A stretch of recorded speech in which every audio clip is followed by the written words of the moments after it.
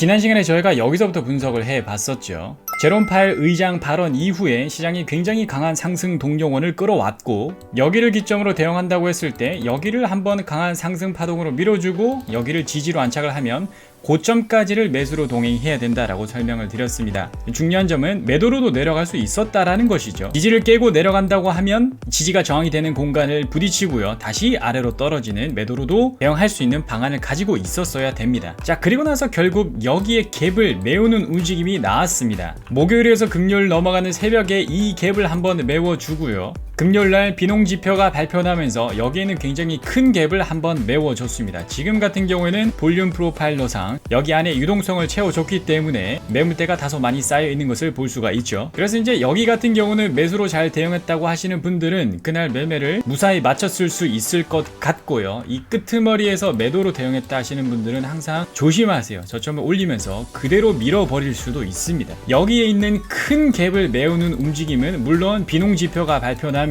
강하게 끌어내린 것이 있지만 갭에 관한 원리를 잘 이해하고 있으시면 훨씬 더 대응을 잘 하실 수가 있습니다. 그리고 이런 움직임이 나올 때 대참사가 나는 스토리가 있는데요, 그 대참사가 나는 스토리가 어떤 식으로 발생을 하는지, 그리고 어떤 식으로 미연에 방지할 수 있는지 이번 시간에 함께 알아보도록 하겠습니다. 자, 이 갭을 메우는 움직임을 이해하시는 게 좋은데요, 주식시장처럼 이제 상한가 하한가가 터졌을 때, 예를 들어 하한가가 터지면 이런 식으로 갭이 생기잖아요. 선물시장은 23시간 움직이기 때문에 갭이 없진 않지만 이런 식의 뻥 뚫린 갭은 자주 일어나진 않습니다. 유동성 갭이 많은 편인데 한 번에 쭉 떨어졌을 때 유동성 갭이 일어나죠. 자, 이런 갭이 일어났을 때는 여기 시장의 가격이 아직 형성이 안 돼 있는 상황이기 때문에 시장에서 갭을 메우면서 매물대를 쌓으면서 어떠한 가격이 적정한 가격인지 가치의 영역을 형성을 하려고 합니다. 근데 중요한 점이 여기를 켜켜이 잘 쌓아가면 다시 내려갈 때 여기는 지지가 될 확률이 높지만요, 여기를 한 번에 올려친다고 하면 내려칠 때도 또 한 번에 내려칠 수가 있습니다. 그래서 페이크 형식을 보실 때 보통 한 번 세게 올려치면 그 다음에 세게 내려치고요, 다시 세게 올려치는 이런 3번 정도의 페이크가 일어나는 경우가 많습니다. 근데 2번 정도까지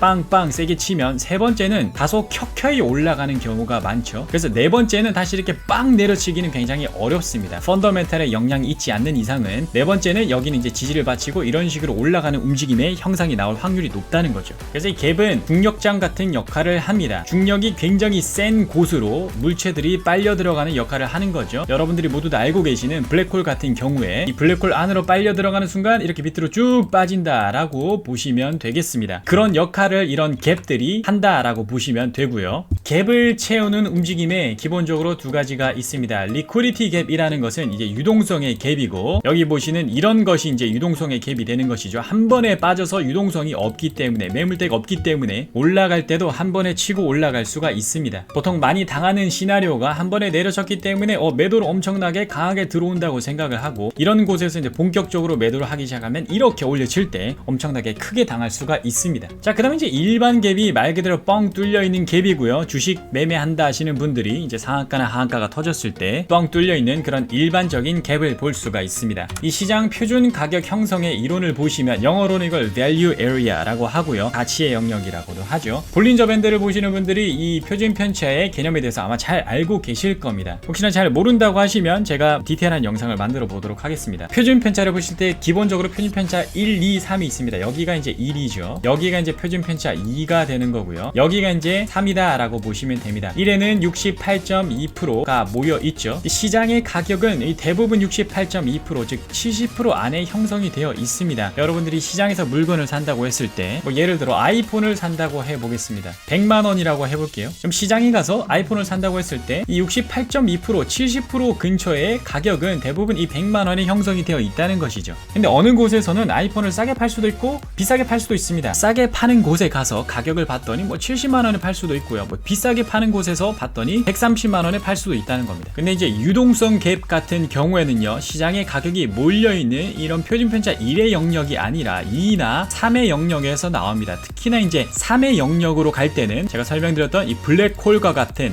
중력장에 빨려 들어가는 움직임이 나올 수도 있다라는 것이죠. 기본적으로는 이 거래량을 밑에서 세워서 보실 겁니다. 근데 이 거래량을 90도 회전해서 본다고 하시면요, 지금 어느 가격에 가장 많은 거래량이 있는지를 볼 수가 있습니다. 그래서 제가 분석해 드렸던 그런 유동성 갭 같은 경우에는 이 가격대에 아직 매물대가 형성이 되어 있지 않기 때문에 이 밑으로 빠질 때 이렇게 한번 쑥 빠질 수가 있다는 거죠. 그래서 이제 지난 시간에 분석해 드렸던 이 뚫려 있는 유동성 갭을 보시면요, 작은 유동성 갭, 큰 유동성 갭, 이렇게 두 가지로 나눠 있다라고 제가 설명을 드렸습니다.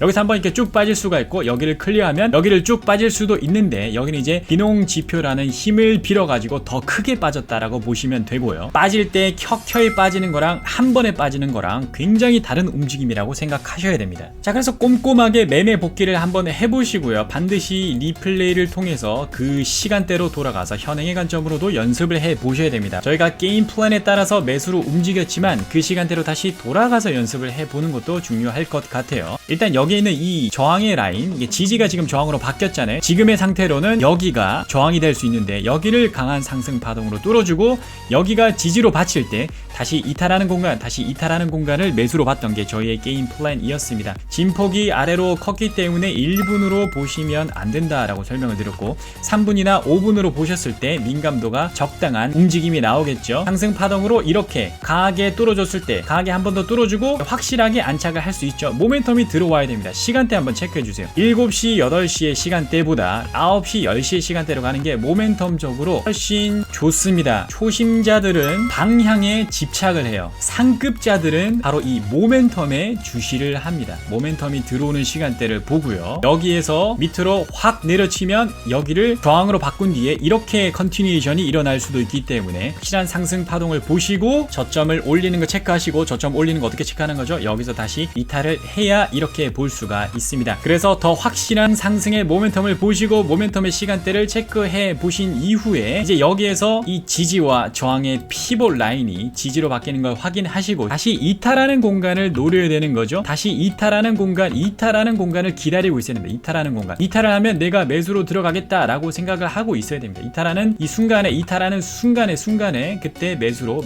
들어가겠다라고 생각을 하셔야 되겠죠. 저희가 궁극적으로 노리는 타겟은 바로 이 고점의 라인이고 이 고점까지의 공간이다라고 생각하시면 됩니다. 그래서 고점의 공간을 도달하면 이 파동은 자신의 몫을 다 했습니다. 여기서 이제 매도로 기다리시는 분들은 여기서 대참사가 날 수가 있겠죠. 급박한 마음에 물타기를 탔는데 어째 살려줬다고 하면 이건 굉장히 좋지 않습니다. 장기적으로 좋지 않습니다. 여기 또 지표가 발표나면서 한 번에 움직이는 무브가 나왔는데 이 사이의 움직임이 위험할 수가 있는 거죠. 빠졌다라고 하지만 이탈하면 다시 매수를 노리는 움직임을 봐야 됩니다. 고점을 쳤는데 모멘텀은 확 주는 시간이기 때문에 여기를 이탈했을 때 뭐 이렇게 생각할 수도 있습니다. 여기는 이제 좀 다소 복잡하다고 볼 수가 있고요. 저희가 애초에 세웠던 게임 플랜, 강한 상승의 파동을 끌어왔을 때 이 공간을 다시 이탈하는 공간을 고점까지 매수로 동행하는 이 플랜을 항상 기억해 주세요. 자, 그리고 이제 금요일 저녁 시간대로 돌아가서 이 엄청난 하방의 파동이 하나 형성이 되었습니다.